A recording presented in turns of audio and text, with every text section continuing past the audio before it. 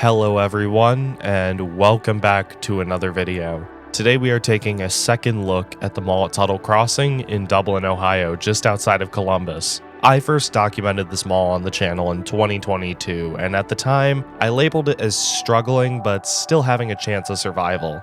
Unfortunately, since then, Namdar Realty has taken over ownership of this place, and it has really started to fall apart. So, let's take a second walk through the mall at Tuttle Crossing and see what it holds in store for us during this visit in January 2024.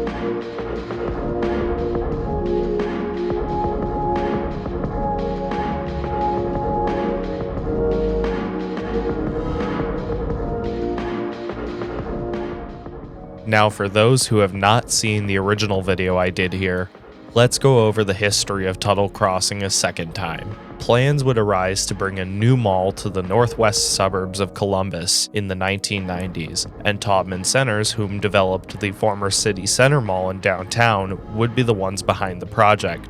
Originally, they planned to build the mall at the corner of Sawmill Road and State Route 161, but those plans would fail, and that land would end up getting used in 1994 for the Sun Center Shopping Center. Instead, the mall would get built right off of I-270 and Tuttle Crossing Boulevard, which is where the mall would end up getting its name. Being developed by Taubman Centers as well as the Georgetown Company, construction would begin by 1996.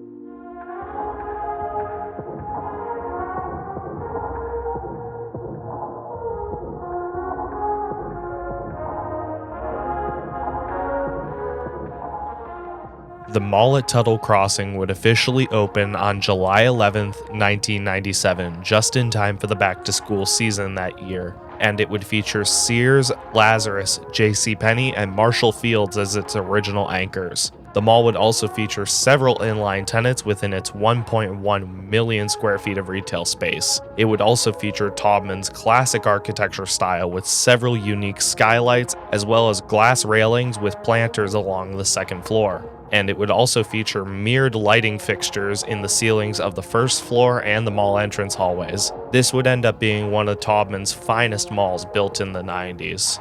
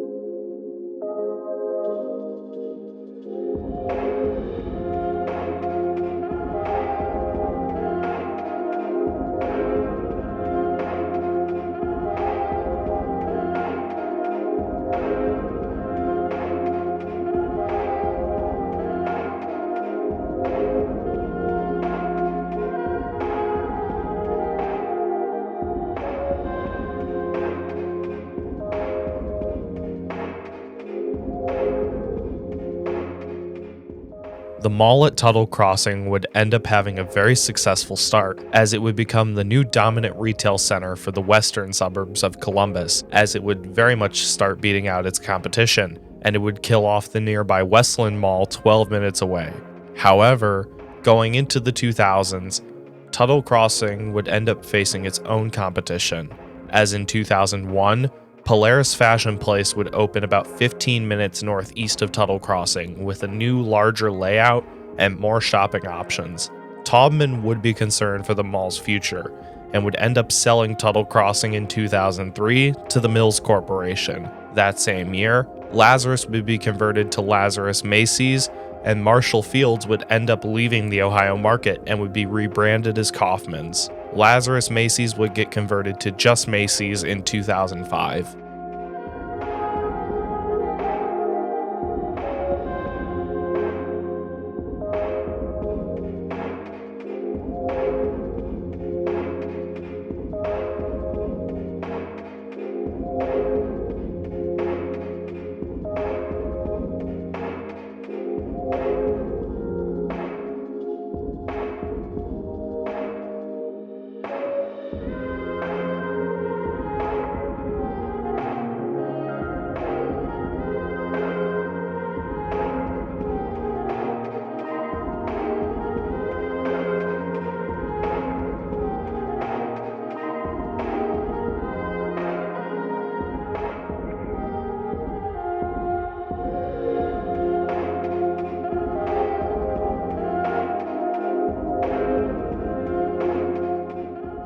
Real quickly, I'm going to interrupt the history segment for a minute and just mention that over the past year or so, it seems like maintenance at this mall has really started to slip.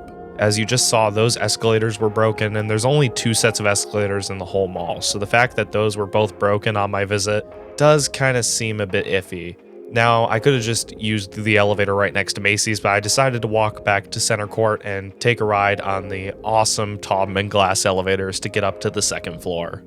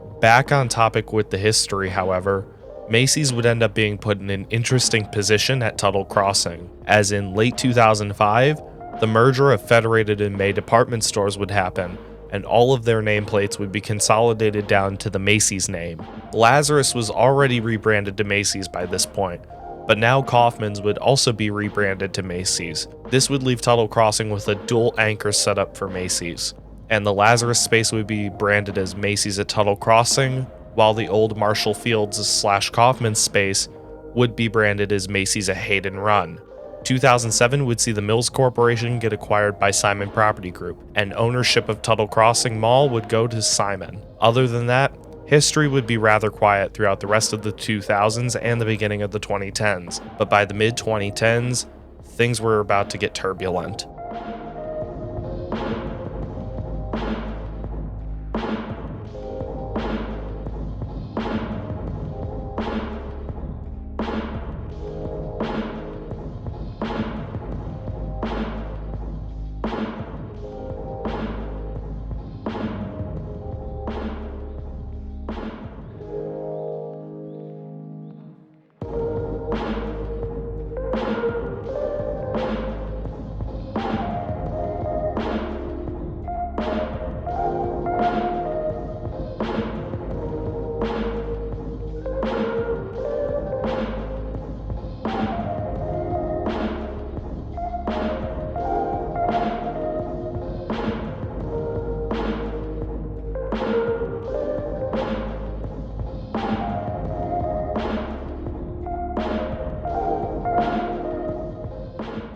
On January 4th, 2017, Macy's announced that they would be downsizing operations at the Tuttle Crossing Mall, and they would close the Macy's at Hayden Run space while consolidating operations down to just the Lazarus building. The doors would lock to the Marshall Field space by spring of 2017. However, good news would arise, and the space wouldn't be vacant for too long, as in summer of 2018, Scene 75 Entertainment announced that they would be opening one of their locations in the mall at Tuttle Crossing in the former Marshall Field space. However, this wouldn't be without more bad news hitting the mall at Tuttle Crossing, as on December 28, 2018, Sears announced the closure of its Tuttle Crossing location along with 80 other stores across the country, and the store would close by March of 2019. Scene 75 would finally open on October 11, 2019. However, Tuttle Crossing Mall would now be down another anchor, and with the COVID lockdown happening in March of 2020,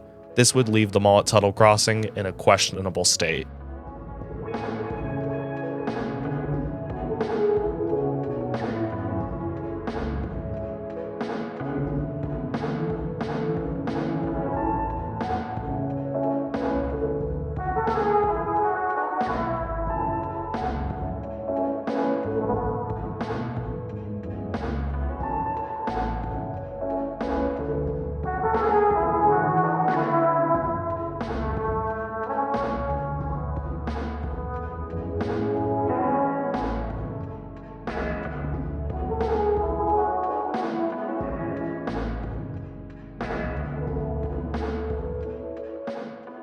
When Tuttle Crossing reopened in May 2020, occupancy would start going down fast, and shortly after reopening, Simon would default on their loan, and the mall at Tuttle Crossing would end up going into receivership. Woodmont would end up taking over ownership of the mall in late 2020, and it did seem like they tried their best to keep Tuttle Crossing alive. When I filmed my original video here in March of 2022, occupancy sat at around 75% and it seemed like things were still doing okay. But shortly after that, things would just keep getting worse. In late 2023, Woodmont would sell the mall at Tuttle Crossing to Namdar Realty Group and Mason Asset Management. Since Namdar got their hands on this mall, occupancy has just been going down faster and faster as more name brands such as Rue 21 and H&M have left. As of today, Tuttle Crossing sits with a very uncertain future, and only time will tell what will happen to this mall.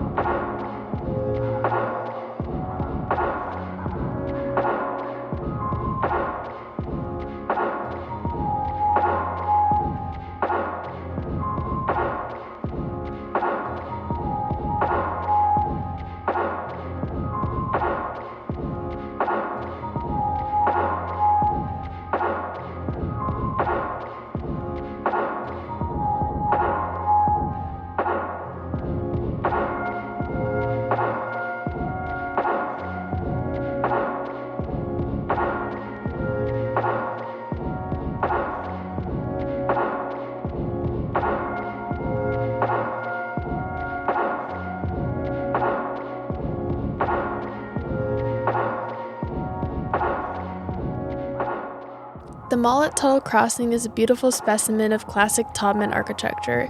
Like many other original Taubman malls, it has went from struggling to straight up dead mall territory. When we went, albeit an hour before close, it felt eerily silent. Most of the stores were closed and there were not many people in the interior of the mall. I really enjoyed the architecture of this place. It reminded me a bit of another thriving mall from my childhood, Cherry Creek Mall, but the dead version of it. This mall had some really neat fake skylights near some of the entrances that added a nice vintage touch to this mall as well.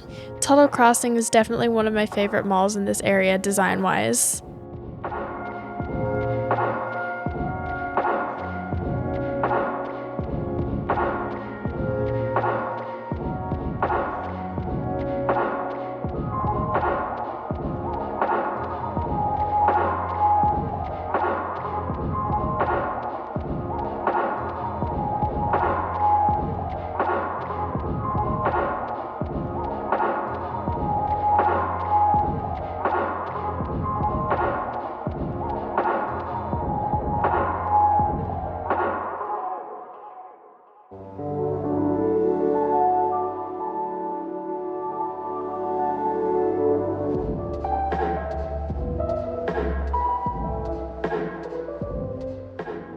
Now, I want to emphasize I took Sophia here on a different trip than the footage you are seeing now. I recorded all of this footage you've seen on a Friday at around 3 o'clock, where I took her, which you'll see in a minute, on a weekday evening around 7:30 p.m. So it's a different look in both visits, but the vacancy rot is just so apparent now that it's hard to not notice. I said the same thing in Southwest Plaza, but here, the noticeable amount of vacancies within 2 years is just really bad. And unfortunately, now that Namdar is at ownership, it's only going to get worse. I mean, from March 2022 to this footage I recorded in January 2024, it seems like occupancy went from 75 to 55% in a matter of 2 years, which is not good. Like I said, H&M closed in January, Rue 21 went bankrupt earlier this year, so that ended up closing. And from what I've seen, quite a few other tenants have left the mall as well since the taping of this footage. But overall, it doesn't hide the fact that this mall is super aesthetically pleasing. Like all Taubman malls, this mall is just absolutely amazing architecturally, with all of the angles, those little mirrored lighting fixtures. I mean, I've always enjoyed the Taubman architecture here, and it's nice that I have a Taubman within 2 hours of where I live. And I will keep coming back to this mall just to check up on it on occasion and see how it's doing. But with that being said, I'm going to wrap up this video with footage I took on that weekday evening about a half hour before the mall closed for the night.